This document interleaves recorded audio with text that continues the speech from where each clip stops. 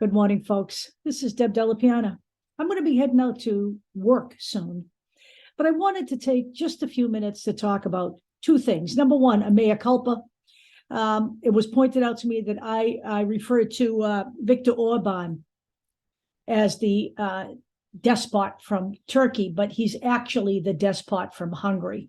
So I do stand corrected, and I thank the watcher who looked at our video for correcting me.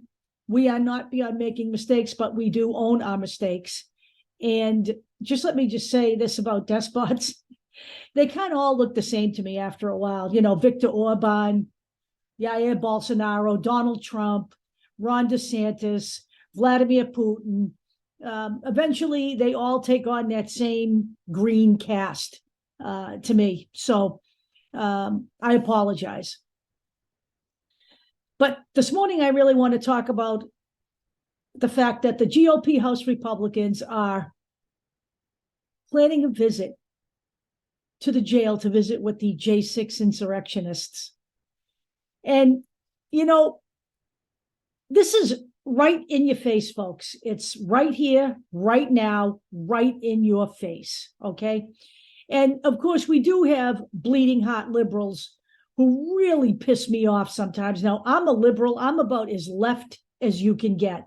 I actually think in this country that we need a new Bill of Rights, and I'm going to be talking about that in a future video, but I'm as far left as you can go. But when I see posts from people who say, well, they're right, you know, the conditions in jails are abysmal.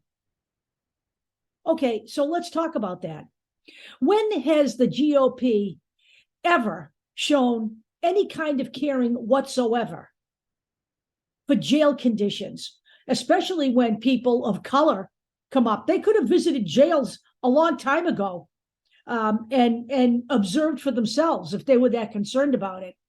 They don't give a damn about the conditions in jail unless the people are lily white, revolutionaries for their assault, their anointed leader, Donald Trump, insurrectionists, and traitors. That's when they care about the conditions in jail, okay? And by the way, let me also just say this. When you commit crimes and go to jail, no matter who you are or where you are, you're not going to a fucking country club. That's not the idea. It's not the idea to put somebody in their bedroom and give them all the comforts of home. That's not what jails are. Now, jails should not be abusive. Jails should not be dangerous. Jails should not give you food that's crappy. They shouldn't treat you badly.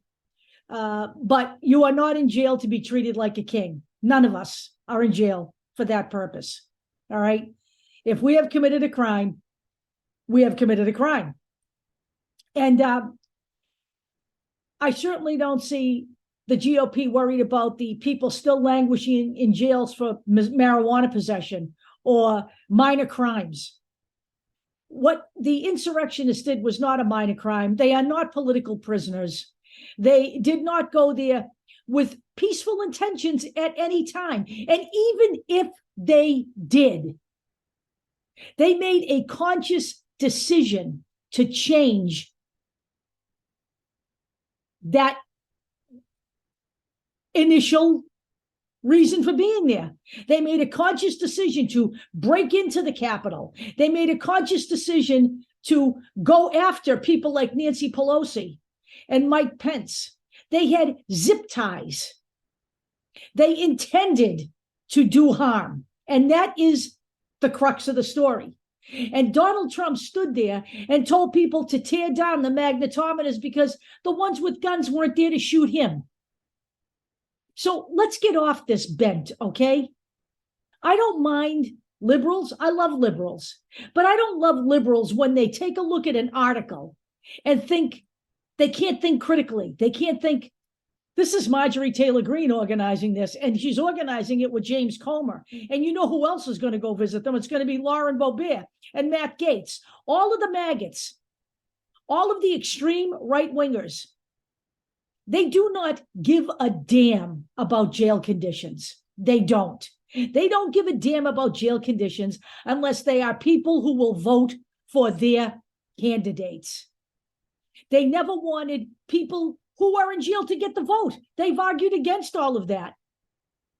So why should they be concerned now about jail conditions? They should be concerned about jail conditions now because these were Donald Trump supporters, and they are all still bootlickers for the great Orange Jackaloon. That's why they care. They are elevating these people beyond the level that they deserve to be elevated to. And by the way, this is election season. It starts now for 2024. You don't think that they are ramping up their messages to their minions prior to the 2024 election, just in case Donald Trump should lose again, if he's not in jail by then, that is. Maybe then they'll care about jail conditions even a little bit more. Although he'll probably go to Club Fed. That's probably where he'll go.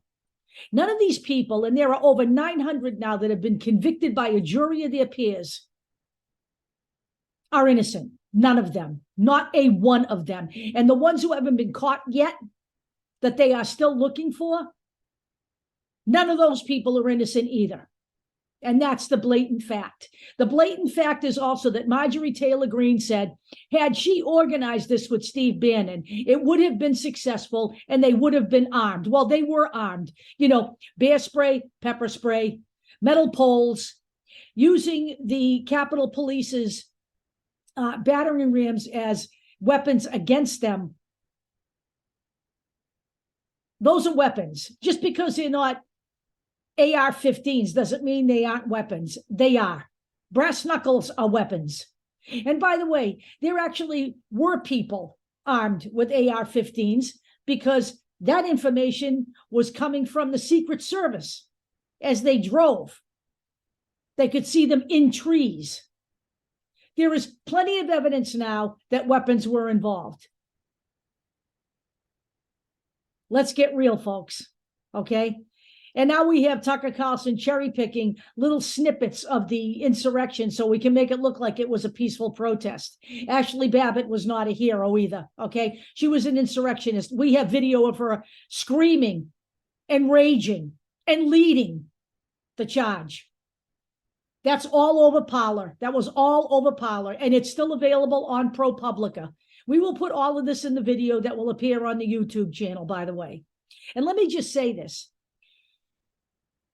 On January 6th in Washington, there was a ceremony for the Capitol Police officers who were killed and who have been injured and have had to find other jobs since that day. One Republican showed up for that. None of the people going to visit the Capitol insurrectionists showed up there, but they have no problem visiting the jail to visit their minions. You know what? Wake up, people. This is right in front of your face. I don't know what more you actually need to understand that we should never have lost the House to begin with to these people, and they need to go in 2024. Every blessed one of them is up for re-election again.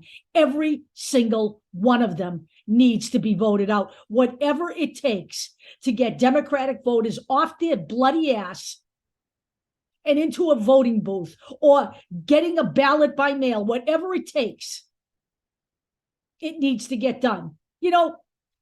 This is a question of democracy or fascism, okay? If this fails in 2024 for us, we may never have another legitimate election. We'll be just rubber stamping these idiots back into office again. And these idiots, while people like to laugh at them and make jokes about them, they're not funny. And you know what? They may be stupid, but they're virulent.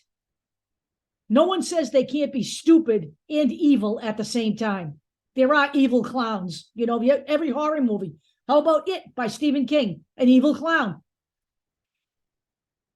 Wake up, everyone. I'm serious. The notion that these people care about prison conditions is a joke. And it's just more propaganda. I'll talk to you all later.